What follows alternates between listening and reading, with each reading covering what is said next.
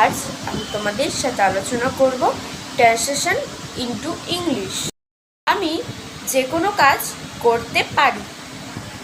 অ্যান্সারটি হবে I can do any kind of job. বাসটি খুব জোরে চলছিল।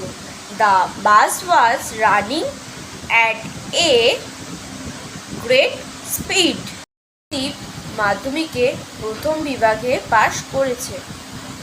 প্রদীপ has passed in first division in Madhyamik. Next, Ramen 1 ঘন্টা ধরে ইংরাজি পড়ছে। অ্যান্সারটি হবে Ramen has been reading English since.